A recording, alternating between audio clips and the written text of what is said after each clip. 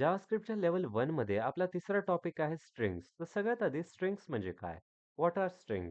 String is a sequence of character used to represent text. म्हणजे string अशी sequence of characters असतात जे use केले जातात टेक्स्टला रिप्रेझेंट करण्यासाठी. ठीक आहे? Ways to define string. काही मल्टिपल वेज आहेत स्ट्रिंग डिफाईन करण्यासाठी. ते कोणते कोणते आहेत ते वन बाय वन आपण बघून. सगळ्यात आधी आहे सिंगल कोट. ठीक आहे? मी इथे काय केलंय, एक व्हेरिएबल डिफाईन केलाय स्ट्रिंग1 नावाचा. आणि त्याच्यात मी माझी ही स्ट्रिंग डिफाईन केलेली आहे, हेल्लो वर्ल्ड. ओके. सो एवढं तर कळालं आपल्याला की स्ट्रिंग म्हणजे काय आहे. हे जे माझं टेक्स्ट आहे ना, हेल्लो वर्ल्ड, तीच आहे स्ट्रिंग. आणि सिंगल कोट म्हणजे मी जे हे सिंगल कोटमध्ये माझी ही स्ट्रिंग लिहिली आहे ना, ते आहे सिंगल कोट. ठीक आहे. जर याला मी प्रिंट केलं, काय आउटपुट येईल? Hello world. ओके. सो दुसरा माझा टाइप आहे डबल कोट.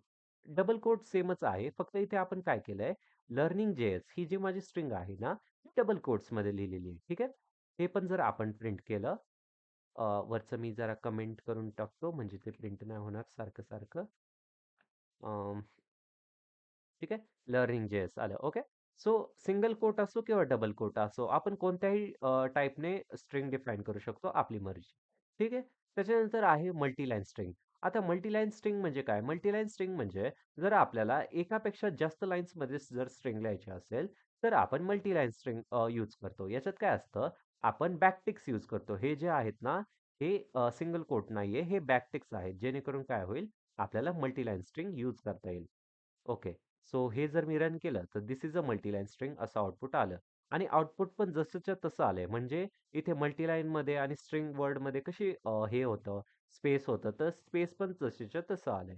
हा पण एक फायदा असतो मल्टीलाईन स्ट्रिंगचा. ओके. सो चौथं आहे टेम्पलेट लिटरल्स. म्हणजे string interpolation use to combine string combine करण्यासाठी यूज केले जातात. ओके. सो आपण इथे काय केलंय, S1 नावाची स्ट्रिंग घेतली आहे, GFG, आणि S2 नावाची स्ट्रिंग घेतली आहे, यू आर लर्निंग फ्रॉम, आणि डॉलर कर्ली ब्रॅकेट्स S1 घेतलंय. S1 म्हणजे काय? GFG.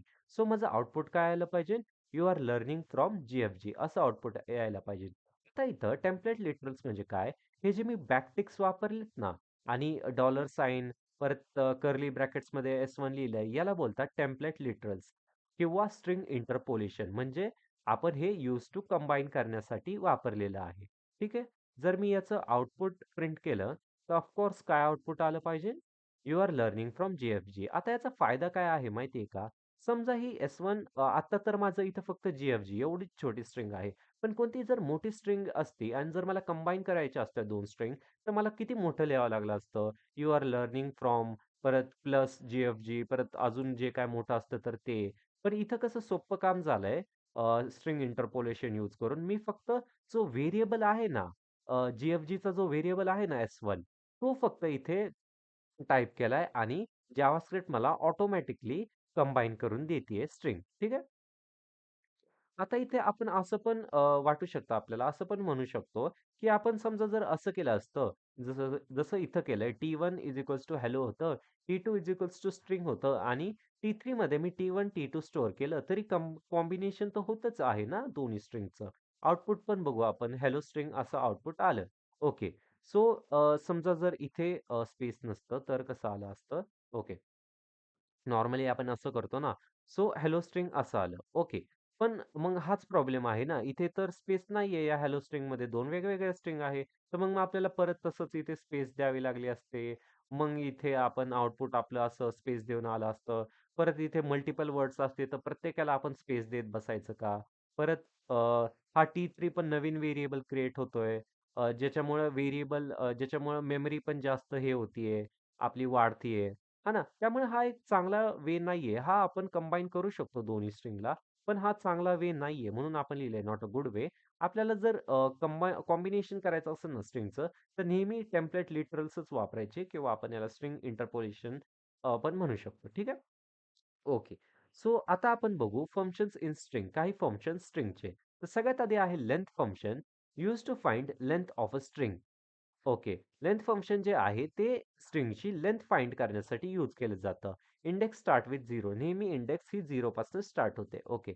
सो इथे माय स्ट्रिंग नावाची स्ट्रिंग आहे माझी जावास्क्रिप्ट. ओके. सो जावास्क्रिप्टची जर मी लेंथ मॅन्युअली मोजली, तर जे पासून 0 स्टार्ट होणार. ओके. सो 0, 1, 2, 3, 4, 5, 6, 7, 8 आणि 9. ओके. सो 9 याची लेंथ येते. पण याचं आउटपुट पण 9 येणार का? म्हणजे स्ट्रिंगची लेंथ पण 9 आहे का? नाही. स्ट्रिंगची लेंथ आहे 10. ओके. सो आता इथे असा प्रश्न येईल, की 10th कसं काय लेंथ आली, है ना? अ, याची जावास्क्रिप्टची लेंथ आपण 9 मोजली होती. तर आपण 1 to 9 असं मोजलं, हां ना. 1 to 9 आलं, 1 to 9 मोजलं म्हणून ते आपण इथे 9 मोजतोय. पण हा जे इथं 0 पोझिशनवरती आहे ना, तो पण काउंट होतो ना. सो 0 to 9 किती होतात टोटल? 10च होतात ना. म्हणून इथे लेंथ आली 10. म्हणजे याच्यावरून काय कळलं आपल्याला? भलेही आपण इंडेक्स ही 0 पासून स्टार्ट करतो, पण तरी 0 पण हा धरायचा असतो. म्हणून इथे आपली लेंथ आली 10. ओके. सो आपलं नेक्स्ट फंक्शन आहे position. Used to find position. तर इथे आपण काय केलंय, रेड नावाची आपली स्ट्रिंग आहे आणि आपण कलर ऑफ 1 केला. आता 1 नंबरवरती कोणतं कॅरेक्टर आहे? 0 वरती तर रेड आहे आणि 1 वरती कोण आहे? ई आहे. सो काय प्रिंट झालं पाहिजे? ई प्रिंट झालं. ओके, बरोबर. ओके. सो अजून पण बरेच फंक्शन्स असतात. आपण 2च बघितले. तर आपल्याला अजून बघायचे असेल तर आपण ऑनलाईन बघू शकतो. ओके. आपला नेक्स्ट टॉपिक आहे मेथड्स इन स्ट्रिंग. ठीक आहे. मेथड्स काय बघू स्ट्रिंगच्या. आता एक बात इथे लक्षात घेण्यासारखी आहे, की जर कोणतीही स्ट्रिंगची मेथड असेल ना, तर ती नेहमी सर्क्युलर ब्रॅकेट्स देऊन आपण डिफाइन करतो. ओके. आपली पहिली मेथड आहे स्लाइस. स्लाइस मेथडचं काय आहे? स्लाइस मेथड आहे ना, स्ट्रिंग कट करण्यासाठी यूज केले जातात. जसं की आपली इथे स्ट्रिंग आहे गिग्स फॉर गिग्स आणि आपण इथे a डॉट स्लाइस 05 केलं तर काय आउटपुट आलं पाहिजे? सगळ्यात आधी तर हे 0 आणि 5 म्हणजे काय? 0 आणि 5 ह्या इंडेक्सिंग आहे. सो 0 नंबरवरती आहे आपला G आणि 5 नंबरवरती कोण आहे? 0, 1, 2, 3, 4, 5. 5 नंबरवरती तर ही ब्लँक स्पेस आहे. म्हणजे काय होणार माहिती आहे का? 0 टू 5 नंबरपर्यंत जेवढी आपले कॅरेक्टर्स आहे ना, जेवढी आपली स्ट्रिंग आहे ना, ती स्लाइस होणार म्हणजे कट होणार. ओके. सो कट झाली तेवढी स्ट्रिंग आणि आपल्याकडे आउटपुट आलं गिग्स. ओके. सो त्याच्यानंतर अजून आपण याच्यात वेगळं केलंय बघू. आता काय केलंय ए डॉट स्लाइस 10. आता 10 नंबरवरती कोण येतोय आपण बघू. 0, 1, 2, 3, 4, 5, 6, 7, 8, 9, 10. आता 10 नंबरवरती तर जी येतोय आपला. म्हणजे काय होणार माहिती का? फक्त इथपर्यंत कट होणार आणि फक्त गीक्स हे शेवटचा जो गीक्स वर्ड आहे ना, हा गीक्स वर्ड तेवढा प्रिंट होणार. ओके. सो हां, तेवढंच प्रिंट झालं. ओके. हे तर समजलं आपल्याला. नेक्स्ट मेथड आहे आपली to upper case. To upper case आहे ना स्ट्रिंगला कॅपिटल लेटर्समध्ये कन्व्हर्ट करण्यासाठी यूज केलं जातं. जसं की इथे माझी स्ट्रिंग आहे हेल्लो वर्ल्ड आणि मी प्रिंट केलं S1 dot to upper case he method वापरली. सर्क्युलर ब्रॅकेट्स इथे लागतातच कारण ही मेथड आहे आपली. तर हेल्लो वर्ल्ड हे पूर्ण कॅपिटल लेटर्समध्ये कन्व्हर्ट होईल. ओके. सो हे तर कळालं. आता नेक्स्ट आहे टू लोअर केस. आता लोअर केस म्हणजे काय? टू अप्पर केसमध्ये जर कॅपिटलमध्ये कन्व्हर्ट होत होतं, तर लोअर केसमध्ये काय होणार? स्मॉल लेटर्समध्ये कन्व्हर्ट होणार. इथे मी माझी स्ट्रिंग पूर्ण कॅपिटल लेटर्समध्ये केलेली आहे, डिफाइन केली आहे गुड आफ्टरनून आणि जर मी ती प्रिंट केली टू लोअर केस मेथड वापरून, तर काय होणार? गुड आफ्टरनून माझं प्रिंट झालं, पण पूर्ण स्मॉल लेटर्समध्ये. ओके. सो एवढंच आहे स्ट्रिंग्समध्ये.